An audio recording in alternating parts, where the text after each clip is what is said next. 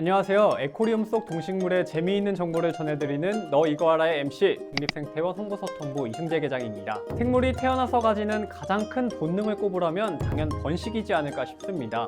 이 자손을 낳고 자신의 유전자를 후대에 남기는 것은 아마 모든 생물들의 제1의 목표가 아닐까 싶은데요. 그래서 동물들은 알이나 새끼를 낳고 식물들은 곤충 등 동물을 이용해 수분을 하기도 합니다. 그런데 식물 중에는 번식을 위해 새끼를 낳는 식물이 있다고 하는데요. 국립생태원 에코리움 열대관에서 만날 수 있는 오늘의 주인공, 과연 누구인지 지금 바로 만나보시죠.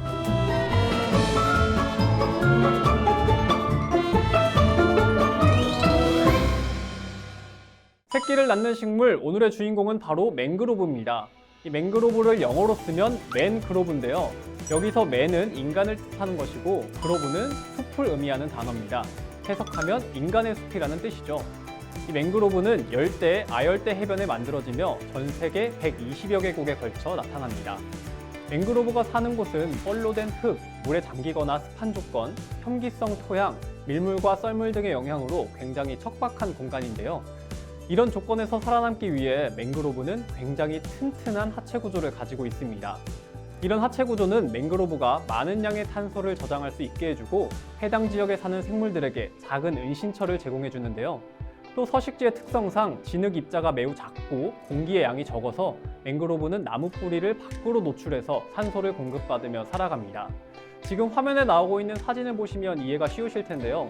이 맹그로브 나무 뿌리는 바닷속을 비집고 나와 공기 중에서 산소를 공급받고 있는 모습을 볼 수 있습니다. 맹그로브가 사는 곳은 매우 독특한 특성을 가지고 있어서 맹그로브의 번식 방법 역시 매우 독특한데요. 이 맹그로브는 번식 수단으로 종자를 만들어 시간적, 공간적 제약을 넘어서 식물을 전파합니다.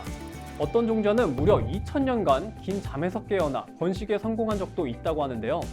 종자는 열매가 있고 씨앗이 마르는 과정을 거치고 이 과정을 통해서 종자가 잠에 들게 되면 오랫동안 종자는 척박하고 또 열악한 환경을 견딜 수 있게 됩니다. 맹그로브는 다른 식물과 같이 꽃가루 바지와 수정을 거치고 그 이후에 열매가 익어가면서 수정된 배가 계속 자라는데요. 그래서 엄마 나무에 씨앗이 매달린 것처럼 보이기도 합니다. 이 씨앗을 번식체라고도 부르는데 번식체는 식물 종류에 따라 30cm에서 1m 정도에 이른다고 합니다. 이렇게 자란 번식체는 때가 되면 바다로 떨어지게 되는데 바닥이 뻘로 되어 있고 물 흐름이 잔잔하며 소금기가 낮은 곳에 떨어지면 뻘 속에 박혀서 자라나게 되고 바닷물에 떨어지게 되면 번식체는 옆으로 누워서 물 위에 떠 있다가 소금기가 낮아지는 기수지역이나 적당한 곳에 이르게 되면 뿌리 부분이 무거워지면서 수직으로 서게 되고 그곳에 뿌리를 내린다고 합니다. 놀라운 점은 이런 과정을 거치는 동안 번식체는 반가사 상태이며 소금의 농도에 따라 아래 부분의 밀도를 조절해 물 위에서 옆으로 뜨게도 하고 수직으로 서게도 합니다. 일반적인 나무의 번식과 다르게 새끼를 낳아 기른다는 사실이 정말 놀랍지 않나요? 맹그로브 잎을 보면 하얀 점들을 볼 수 있습니다. 물방울이 맺힌 건 아닌 것 같은데 도대체 이 하얀 점들의 정체 뭘까요? 바로 염분, 소금입니다.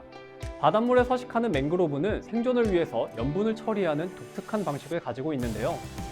뿌리에 소금 거름 작용이 아주 뛰어난 초여과 조직을 보완했고 또 어떤 식물은 소금을 식물체 밖으로 내보내는 기능을 발달시켜 잎 겉면이 하얀 소금으로 뒤덮여 있기도 합니다. 또 잎에 소금을 저장한 뒤 승교시켜 소금의 일부를 제거하기도 한다는데요.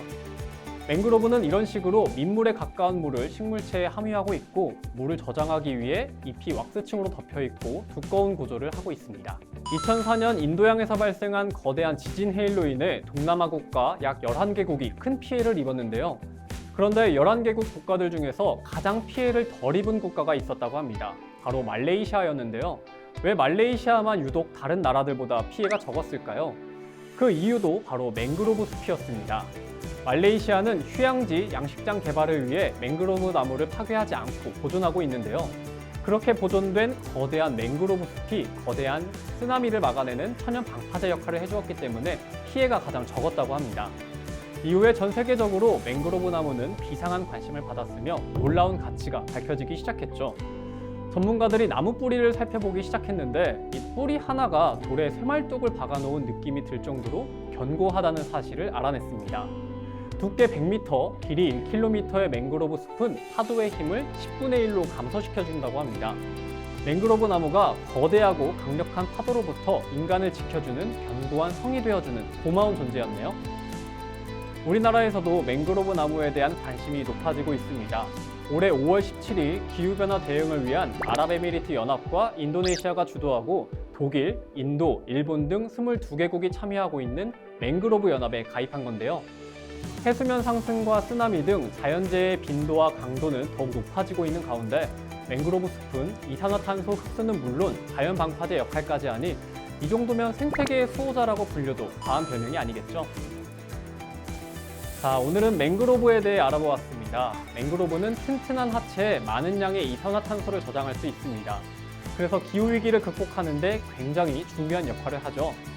하지만 최근 새우 양식장과 농지 전환 등으로 인해 맹그로브가 파괴되고 있고 또 해수면 상승으로 인해 맹그로브의 파괴가 가속화되고 있습니다.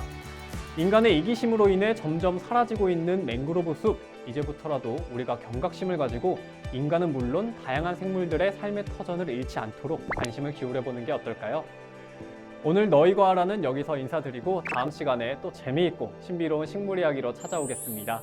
국립생태원 유튜브 채널 구독, 알림 설정 이제 아시죠? 좋아요와 댓글도 달아주시면 감사하겠습니다. 그럼 다음 시간에 만나요. 안녕!